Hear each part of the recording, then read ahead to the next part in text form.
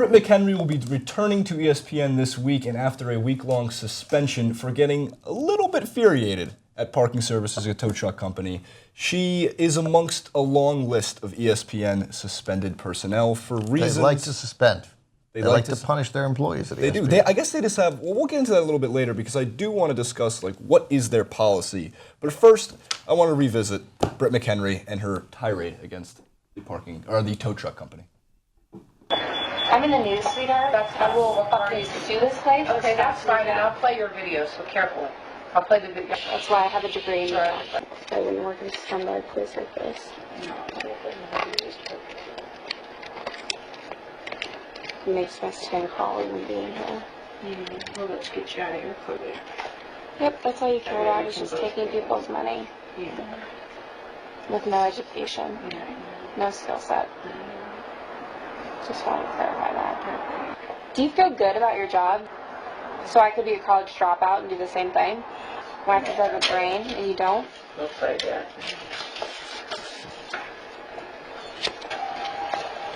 Maybe if I was missing some teeth, they would hire me, huh? Yeah, maybe if you had to touch your fruit up a little bit. Oh, like yours? Well, they look so stunning. Because I'm on television and you're in a fucking trailer, honey. Have a nice- Lose some weight, baby girl. Yeah, so she took it a little bit too far, especially during the second half of that video, and I'm not trying to justify anything she said, but if she cut it halfway through, we've all gotten mad at parking services, a tow truck company. When you start insulting somebody who you have no idea who their background is, you deserve that suspension, because we do live in a world today where anything could be caught on camera. I wouldn't have suspended her. You would not have suspended her for that? No, I wouldn't have. And why is that? Because you're taking someone at their weakest point. A, we don't have the entire video. But let's presume that there even is nothing bad from the parking lot attendant or provocative that got it into a degree, an exchange of insults. Like, it was a private moment. It's not supposed to be out there, right? She didn't say any of the third rail things that we know would get you suspended and or fired. But if you're going to, a suspension is bad. And it obviously doesn't rise to a fireable offense. So what I would say to her is, we need a public apology because you brought some disrespect to the network, and never do this again. And I hope you recognize that this is a moment that reflects incredibly badly on you. It makes you look like a thoroughly unpleasant person. But I mean, I've never said anything like that to anybody, but I have definitely gotten mad at people. I've not criticized the way they looked in an argument, I think, ever in my life. But we're for the love of God, if we took people based on their conversations after their car is towed and determined whether they were fit for employment, that's just not what we want. And there's fake outrage. She was unpleasant. She got in an argument. All she did was insult her. She didn't hit her. You can't take an insult. It's mean. It reflects badly on her, very badly on her. But they're just insults. Let's grow up. Let's toughen up a little bit. If you get caught in any of these spotlights, you're going to pay the price for it. I mean, there's the degree to which ESPN suspends their reporters, anchors, whatever it so be, varies. But if you're going to claim that was Britt McHenry in her weakest moment, yeah, it seems like her weakest moment. I mean, I'm sorry, I got to let you get in here, but I don't. Yes, it's her weakest moment. I think having it go viral, that made it her weakest. I thought you just meant penalty enough, right?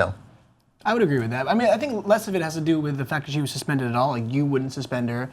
If I wasn't, maybe I wouldn't suspend her either. It really depends on the person. But the fact that vis-a-vis the other suspension they have handed down recently with Bill Simmons and the list goes on. Kellerman, Tirico, Olbermann, Kellerman, right? And I think what that brings up is they seem more concerned with dealing with bickering in-house and among their own employees than they care about how other people at the ESPN community treat the rest of the world. And I don't know if that's particularly a negative thing and that should reflect on her employment status, but people are going to see that when they see this video. They see that she works at ESPN, and it's kind of just saving face in a PR sense at this point, because people see that she's not acting particularly favorably. Of course, nobody's happy when they're at a tow truck company getting their car towed. Everybody has something mean to say to the person charging them several $100s. But the fact that she did it, so classlessly, and she had this overbred sense of privilege about it, makes not her look bad, but the company she works for look bad. And I think they had to do something about that. Obviously, maybe the suspension is not justified compared to the other ones they handed down, but I think something had to be done. Yeah. So we're going to see Britt McHenry back on the sidelines of the NFL, and I'm sure NBA playoffs, because she was doing that during the regular season.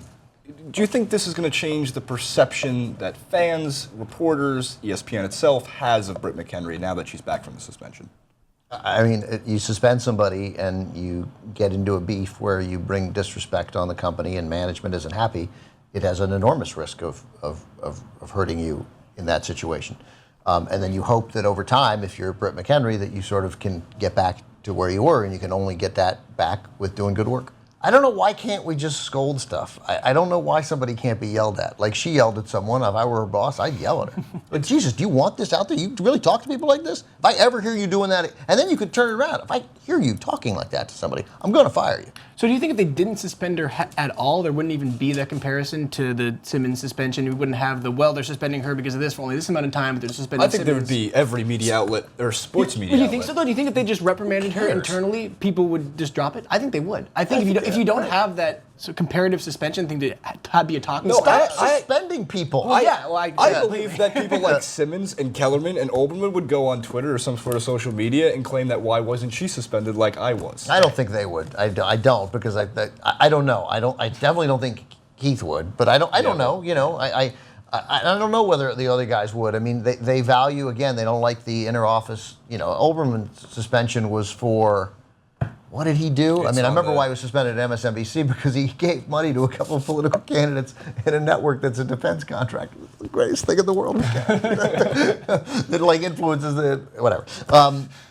Sports mag. I know. Well, and then, you know, Simmons' suspension for the inner office fight. Again, I would just discipline these people. Here's what they've created, though, and whether a week suspension, again, is not the worst thing in the world, but you end up with a scenario that you are taking your talent, your most valuable resource, other than the properties that you have, obviously, and chilling it to some extent. Like, I don't think I'd want to work there. As it happens, I don't think I'm about to be offered a gig there. But I wouldn't want that sort of artistic integrity and artistic freedom tamped down. You know, I mean, they get to do it. ESPN does. They're within their rights to do it. But I don't know. I wouldn't like it. And then on another note, you know, they don't make guys wear ties anymore, at least on the late Sports Center. So Robert Flores and John Anderson.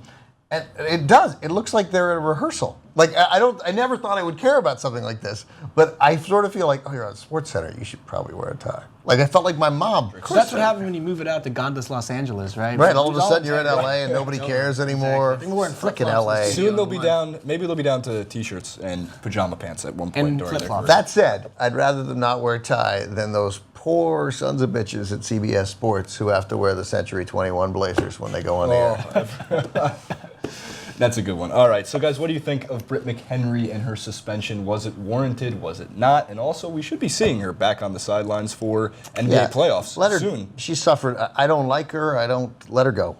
Let her go. Let her go. Yeah, let her go. Let the court of and never do never do anything. Don't be rude to the parking services. Don't be rude. Don't be. Ben Bank will find you. Don't be a douche.